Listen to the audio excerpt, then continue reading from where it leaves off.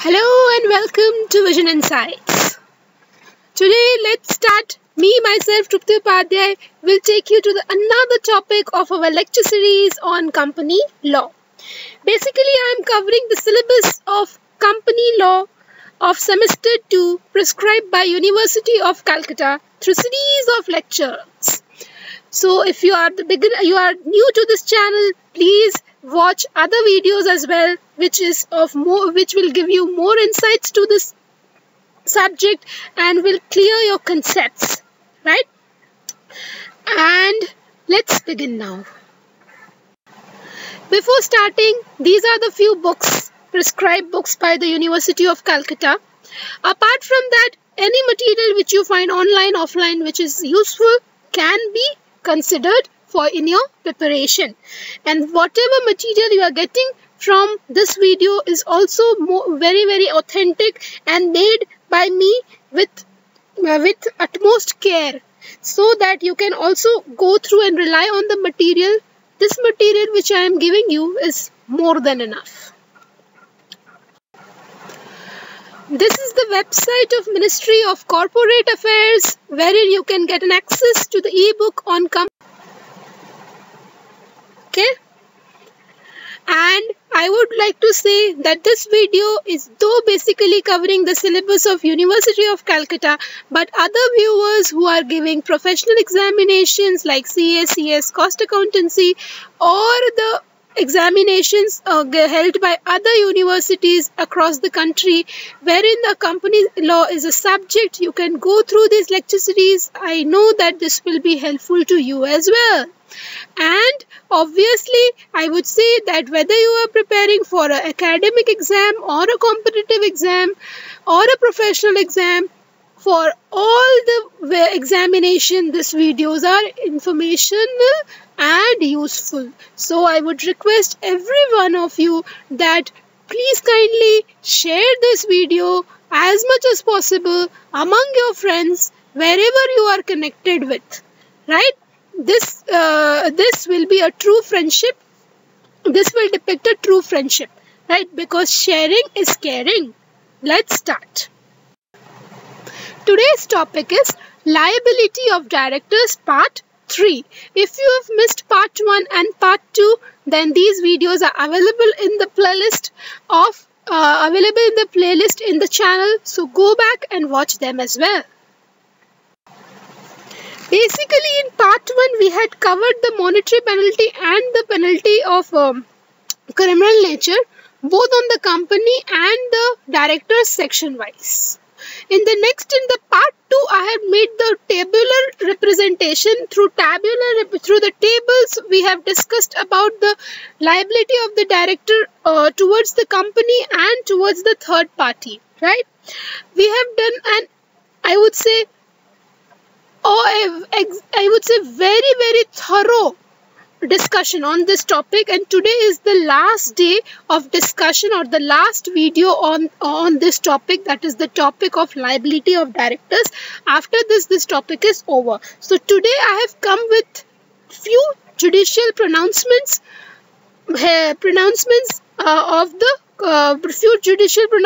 announced by the courts, our Supreme Courts, and our judgments. So these judgments would be really helpful to you all, and we'll cover this topic fully and will give you a full insights upon this topic. So after completing this video, you will be thorough with this topic. And now I can guarantee that whichever exam you are giving, you will be giving this exam with more confidence and more clarity.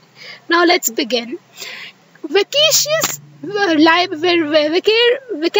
liability of the directors. Now first we should understand the meaning of this term. What does the term mean? Vicarious means what? Vicarious basically means that a supplement or a proxy, whatever kind of synonym you get on this word. Basically this means that you are facing this liability. Just you can imagine that, suppose I am imagining that I want to have a pizza. Actually, I'm not having that pizza. I'm just imagining in my mind, right? So vicarious liability is a liability wherein a director can face anything and which is not so believable also, right? So this court has given more clarity upon it. So we will go through the judgments of the courts and we'll understand the term and also understand the nature of liability, what kind of punishment a director can get, or under what kind of circumstances a director shall not be held liable. Okay. Let's begin then. Vicarious liability of a MD or a director would be arised provided any provision exists in the statute. So which statute we are going through now? We are going through the Companies Act 2013 and the rules made there under. So in the Companies Act, we have previously in the previous lectures we have discussed that all the sections which whether the last subsection of any section covers the penal provision, right? So if you don't contravene any of the provisions laid down above, then the last subsection will deal with the penalty. So here it is written that the penalty provision should be there in the act. So obviously we had discussed previously in the last lecture only that there are some provisions. So this was a judgment held by SC, that is our Supreme Court, and in the Maqsood Saeed versus State of Gujarat and Ors ruling. Next, in SK Alag case, SC Supreme Court held that in absence of any provisions laid down in the statute, so statute is silent. So in the Companies Act, a particular offence, if you do, then particular contravention of any of the provision, there is no penal provision. What will happen then? A director of a company or an employee cannot be held to be vicariously liable for any of the offence committed by the company itself. So here we should understand the feature of the company, that is the company and the director or any of the officer or employee of the company are separate parties. Right? There is a separate legal entity concept. So here if a company has done any offence, then the director of a company or an employee of the company should not be held vicariously liable, because here there is no specific provision written in the act that director should be held liable or the officer in default should be held liable. Right? We had done earlier that few penalties are on the company, and the suppose one section is there where the company is also held liable, company is also being penalized, and penal provision is there for officer in default as well. So here if there is no provision, specific provision for the officer in default, only the company has to pay the penalty, then company will be held liable, not the officer. In the context of the vicarious liability, under strict liability statutes, a person in charge would be deemed to be responsible for the acts of the company. Suppose there are some strict statutes in our Companies Act only. If we speak about the offences which are there with regard to fraud, which are laid down, which are more expressed under section 447. We have discussed about the list of sections are already there. So go back and check the other videos, part 1 and part 2. You will get there that under 447 the crime relating to fraud is there committed by the company. Then obviously here the directors will not be spared. They will also be deemed to be responsible for the acts of the company, because the mind behind the company is the mind of the director. Company cannot act alone, right? This was held by Supreme Court in this judgment, that is JK Industries Limited and others versus Chief Inspector of Factories and Boilers and others and PC Agarwal versus Payment of Wages Inspectors MP and others. Two cases we have quoting. Thus, above discussion, we came to a conclusion that Supreme Court has clearly brought out clarity on the principles of attribution and vicarious liability. So, which are the cases in which the vicarious liability will be there on the directors, and which are the cases under which there will be no liability on the directors? We have discussed, right? So this gives us more clarity. Now we'll talk about the other statute, section 138 and 141 of the NI Act, that is our Negotiable Instruments Act. In what does 138 speaks? 138 of the NI Act have been incorporated, wherein the case of bouncing of check is a criminal offence. People, you should understand that if a check is bounced, be it a 1 rupee or be it a crore or rupee, right? What will happen, that bouncing of check will lead to a criminal offense. So whoever is the drawer of the check, be it a company or a person, shall be liable for a criminal offense. So be very, very careful while transacting with checks. Your checks should not get bounced. If they get bounced, what will happen? We are discussing now. It is relevant for the corporates as well, and it is individually also you are liable, okay? Under 141, what is written? Making if a check is bounced, a company's account, a check was being sent to any third party accreditor, then it get bounced. What will happen? That this will the director, the manager, the secretary means company secretary, it includes company secretary, and other officers of the company shall be personally liable for this neglect on their part, and this will incorporate the concept of vicarious liability. Okay, this result means this bouncing of check is a criminal litigation. Understand, people, we have Indian Penal Code. Under Indian Penal Code we have Criminal Code Procedure, CRPC, right? So Criminal Code Procedure is there for the criminal litigation. So your case will be there registered registered with the district magistrate under him. Fine. So it is a criminal offense. So criminal litigation, here the Supreme Court clarified that both section 138 and 141 of the Negotiable Instruments Act here is there. So this act, both the offences which we have discussed, bouncing of check is a bailable offence. So it is non-cognizable bailable offence. So here what happens, that the person, that means the directors or the officers, secretary, manager who are responsible may apply for the bail, right? So case will go on, you can apply for bail and you will not be arrested, but that doesn't mean that you are not held liable or your criminal liability is being now waived off. No, you will be criminally liable. It is a criminal offence and criminal litigation will go on in the court of law against you personally and also against the company, right? Now, if the certified copy, what is the form DIR 12 speaks about?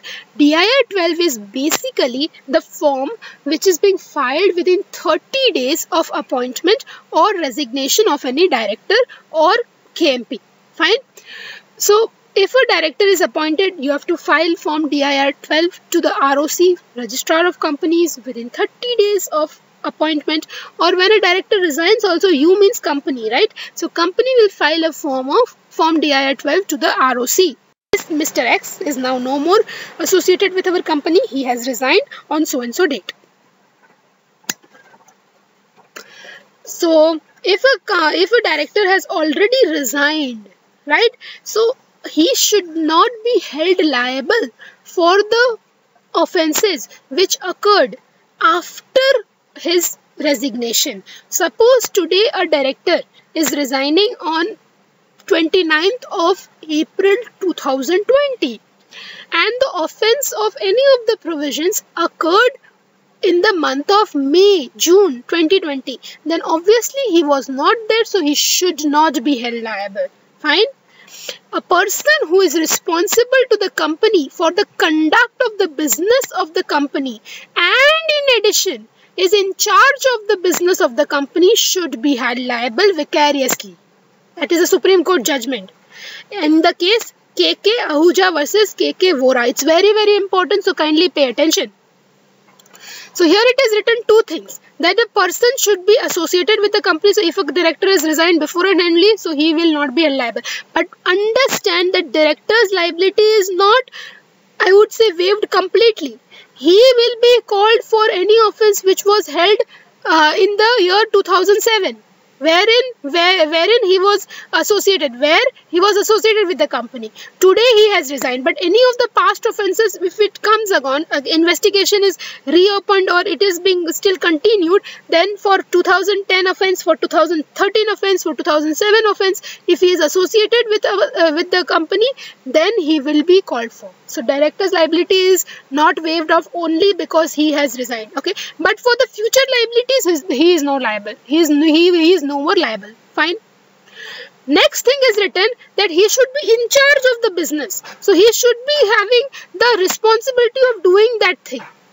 There are in many companies, in the companies you have found that there are many managers, there are many secretaries, there are many directors who form a group, but the manager may not be in charge of the business, or maybe he is in charge of the business, but not the overall business. Overall business is not controlled by him, right?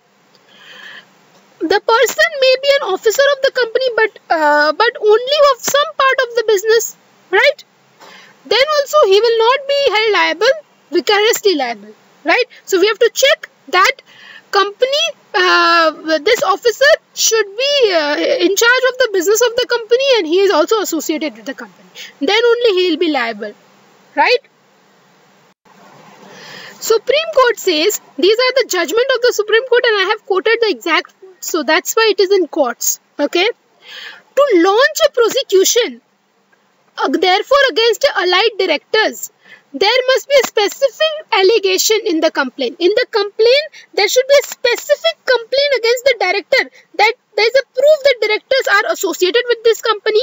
He has not resigned, okay?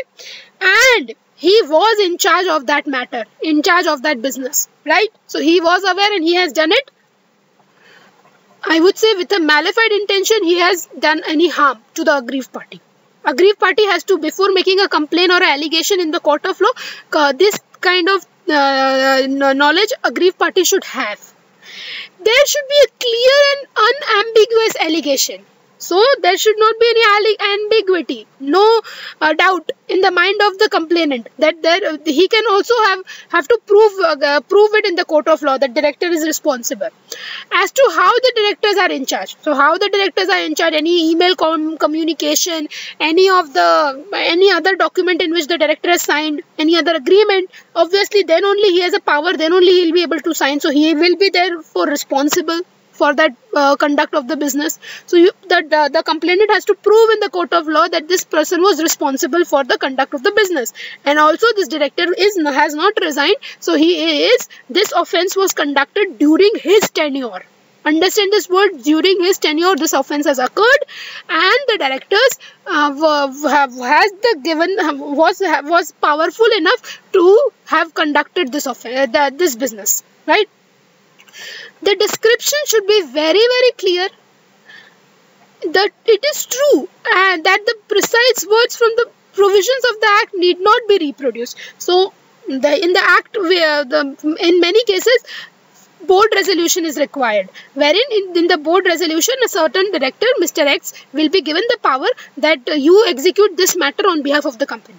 So, you don't need to quote that provisions. Maybe you can quote, may not be quoting it, but court wants that your case, in your case, the complainant should be clear that this person was responsible in this matter. That is more important. Fine. In the absence of any specific provision, the net result would be that your complaint would not be entertained by the court and it will be dismissed. So there will be no case against the director for the vicarious liability. Fine. So N.K. Wahi versus Sekhar Singh and others, this ruling came, ST ruling came, and it's very, very important. So how you can save your directors, this is the route. You can quote this judgment. Fine. So hopefully you like this lecture. Thank you. Thank you all. This is for all. This is just this topic is now over, and next time we will go through another new topic on company law. And I would request you that if this video is beneficial to you, please share this video among your friends that they are also get the benefit of the lecture and the concept is clarified, their concept is also clarified. If you have any doubts, then please kindly mention your doubts in the comment section, and I would request everyone to stay tuned to the channel for more exciting videos. Okay, and you can also make a request in the comment section that which video you want that I make for you. Fine. Thank you all.